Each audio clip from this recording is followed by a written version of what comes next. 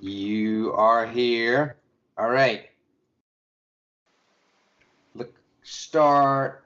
Bam. Here we are with 4.5 minutes. No pressure with Tristan from Styrofoam Turtles, one of my favorite bands on the scene. Maybe one of my favorite bands, full stop, period. No justifying it. So question number one. What is the backstory of Styrofoam Turtles? Where'd you guys come from, and what's your kind of vision for the band? We came from the mountains of Waynesville, North Carolina, which is a town over from Asheville, but it's too lame to say we're from Waynesville, so we say we're from Asheville.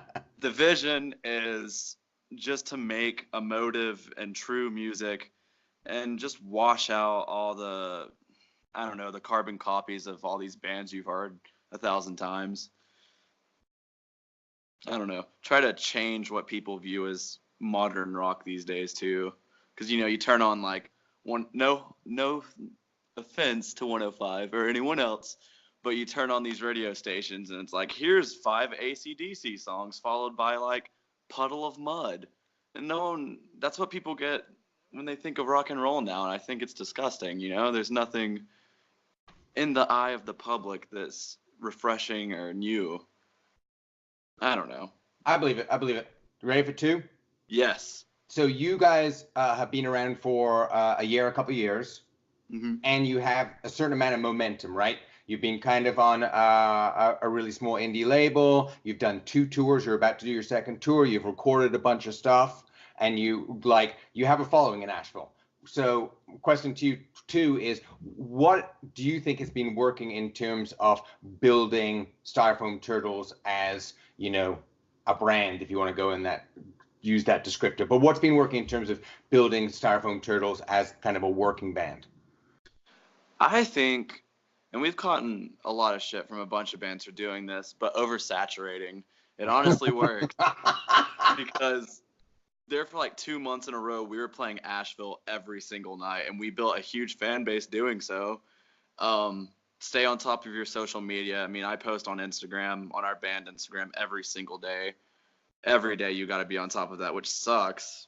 I'll say it, but that's how you build your fan base. But yeah, oversaturate anywhere you play, because you need to get your foot in the door everywhere you play and have people remember you.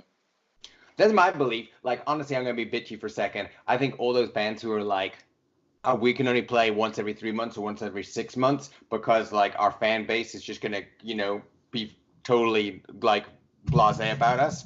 For some of those bands, yeah, but some of those other bands, it's because you can't book all the time. Yeah. Oh yeah.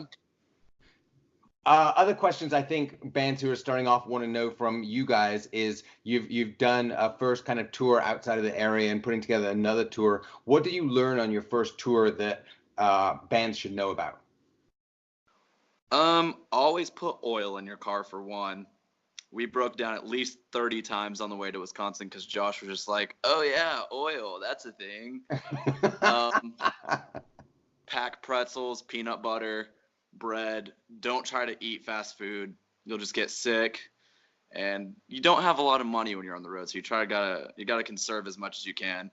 And when you play venues, even if there's nobody there, if you get invited back, there's a chance that there's gonna be like 50 people next time.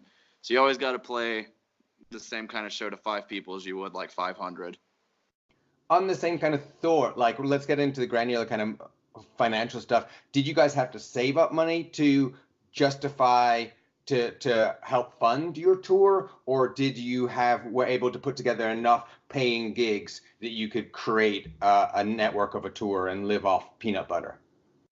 Well, the thing about that is I left to Wisconsin, which is 1,000 miles away, with $100 in my pocket. Because, I mean, we're both extremely poor musicians. We tried to fund it as much as we could by playing a few shows before we went on tour in Asheville and, like, promote it as, like, last show for, like, 6 months or whatever and get people to buy our shit and buy all of our merch up. But, yeah, that's how we tried to fund it, was through our merchandise and making bundles out of stuff. And then we made sure that we had, like, guarantees, which is a good thing about Wisconsin, is because pretty much everywhere you play, you're going to make like $500. Wait. We're on our last 10 seconds. Oh, what God. bands should we know about? You should know about the Bi-Gods, Sane Voids, Shred Flintstone, Sinium, Sad Baxter, Jeff the Brotherhood.